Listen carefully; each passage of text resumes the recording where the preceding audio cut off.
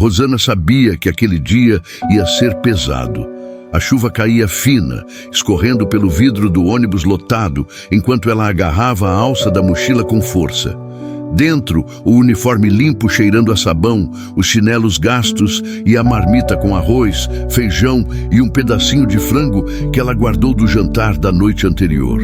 A casa dos Brandão, onde trabalhava como faxineira há 2 anos, parecia um lugar de outro mundo. Era cheia de luxo, com móveis de madeira escura, tapetes que ela pisava com medo de sujar e um cheiro constante de lavanda e poder. Mas naquele dia, ela sentia um aperto no peito, um tipo de sensação que ela não sabia explicar. Algo estava fora do lugar, mesmo antes de entrar. Logo que chegou, foi recebida por Dona Marisa, a patroa, sempre impecável, com o cabelo preso num coque e uma expressão de frieza que fazia Rosana engolir em seco. Rosana, preciso que você capriche hoje. Vou sair mais tarde, mas quero a casa impecável. E cuidado com o meu quarto, nada de mexer nas minhas coisas. A voz dela era tão gelada quanto o mármore da cozinha. Rosana só assentiu, apertando as mãos suadas. O dia transcorreu normal, até quase o final do turno. Rosana lavou o banheiro, passou pano na sala, organizou os livros na estante, mas quando chegou no quarto de Marisa, sentiu aquele desconforto de novo. Ela quase podia ouvir a voz da patroa ecoando em sua cabeça. Nada de mexer nas minhas coisas. Só que era parte do trabalho limpar ali também. Com cuidado, começou a organizar as roupas em cima da cama, até que viu a caixa de joias aberta no canto da penteadeira. Um anel brilhava, enorme, quase berrando em sua direção. O tipo de joia que valia mais do que tudo que Rosana tinha na vida. Ela sentiu o peso da desigualdade naquele momento, mas se apressou em terminar o serviço. Mal sabia ela que a patroa havia armado uma armadilha. Pouco tempo depois, 2 policiais bateram na porta da casa. Rosana nem entendeu direito o que estava acontecendo. Você está sendo acusada de roubar a joia da senhora Marisa Brandão. Está tudo registrado aqui e temos uma testemunha. A testemunha era ninguém menos que o motorista da família, Flávio, que jurava ter visto Rosana pegar o anel e esconder na mochila. O mundo dela desabou. Ela tentou explicar, implorou, mas as palavras se perdiam no meio do choro e da indignação. Foi levada algemada na frente de todos os vizinhos que cochichavam. Eu sempre desconfiei dela. Gente humilde é tudo igual. Rosana passou aquela noite na delegacia, sentada no banco frio de concreto. Seus pensamentos eram um redemoinho de medo, raiva e tristeza. Por que estavam fazendo isso com ela? O que Dona Marisa ganharia destruindo a vida de uma faxineira que só queria sobreviver? E Flávio, por que mentiu? Ela não tinha ideia de que naquela noite sua vida daria uma reviravolta inimaginável. No dia seguinte, Rosana foi liberada após pagar fiança, mas sua vida já estava manchada. Os jornais locais pegaram a história. Faxineira ladra, tenta roubar joia milionária. Ela perdeu o emprego, os vizinhos a olhavam de atravessado e até sua própria família começou a duvidar dela. No meio desse caos, uma pessoa inesperada apareceu para ajudar. Rebeca, a filha mais nova dos Brandão. Rebeca sempre foi uma garota quieta, mas havia algo em seus olhos que dizia que ela sabia mais do que deixava transparecer. Rebeca procurou Rosana com um caderno em mãos.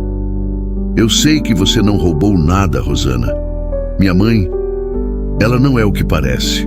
Tenho provas de que ela já fez isso antes, com outras pessoas. Rosana ficou em choque. Como assim? Marisa fazia disso um hábito? Ela arma essas situações para manipular quem trabalha para ela. Flávio também é cúmplice, ele recebe para mentir. Eu sempre achei estranho, mas agora tenho certeza. O que começou como um pesadelo se transformou numa luta por justiça. Rosana e Rebeca começaram a juntar provas, revirando o passado obscuro de Marisa. Aos poucos, descobriram mais histórias de trabalhadores acusados falsamente, de contratos manipulados e até de subornos envolvendo autoridades locais. Cada descoberta era um soco no estômago, mas também alimentava a determinação de Rosana de limpar seu nome. O desfecho veio num tribunal lotado. Rebeca testemunhou contra a própria mãe, revelando todos os segredos que ela guardava às 7 chaves. Mas o golpe final foi o vídeo de uma câmera escondida que Rebeca instalou no quarto. Mostrava claramente Flávio colocando o anel na mochila de Rosana enquanto ela estava distraída limpando o banheiro. O silêncio na sala era ensurdecedor quando o juiz declarou Rosana inocente e ordenou a prisão de Marisa e Flávio por falsificação de provas e difamação. No fim, Rosana reconstruiu sua vida com a ajuda de Rebeca, mas as cicatrizes daquele episódio nunca desapareceram completamente. No último capítulo, o plot twist. Rebeca não ajudou apenas por empatia. Ela tinha uma carta escondida. Sua motivação real era se vingar da mãe controladora que destruiu sua infância com manipulações e mentiras. Ajudei Rosana a ser livre, mas também fiz isso por mim mesma, pensou Rebeca, enquanto observava Marisa ser levada para a prisão. E pela primeira vez na vida, sentiu que podia respirar. Rebeca tinha apenas 8 anos, quando começou a entender que sua mãe, Marisa, era diferente das outras mães. Não havia afeto, não havia calor. Havia regras, pressão e, acima de tudo, manipulação. Tudo em casa era planejado para manter as aparências. Aos olhos de fora, Marisa era uma empresária exemplar, uma mãe dedicada, alguém que se doava para causas sociais. Mas dentro de casa, ela era uma tormenta, controlando cada movimento de Rebeca e de seu irmão mais velho, Rafael. Quando Rebeca fez 14 anos, descobriu o primeiro segredo da mãe, um diário escondido no fundo do armário entre as caixas de sapatos de grife. As páginas revelavam intrigas que iam além da imaginação de uma adolescente. Marisa usava mentiras para arruinar a vida de qualquer pessoa que ela julgasse uma ameaça. Entre as anotações, Rebeca encontrou o nome de uma antiga babá que tinha sido acusada de roubo e expulsa da cidade. Calei a boca dela antes que falasse demais. A frase ecoou na mente de Rebeca por anos. Foi ali que ela decidiu que um dia colocaria um fim nas atrocidades da mãe. O irmão, Rafael, tentou fugir daquela prisão dourada, mas pagou caro. Marisa descobriu que ele estava envolvido com uma garota de origem humilde e destruiu o relacionamento deles. Manipulou documentos, fez parecer que a garota estava envolvida em atividades ilegais e a família dela teve que se mudar às pressas. Rafael nunca foi o mesmo. Ele deixou a casa, cortou laços e caiu em um ciclo de autodestruição que culminou em sua morte prematura. O funeral de Rafael foi o ponto de virada para Rebeca. Ela sabia que se ficasse, seria destruída também.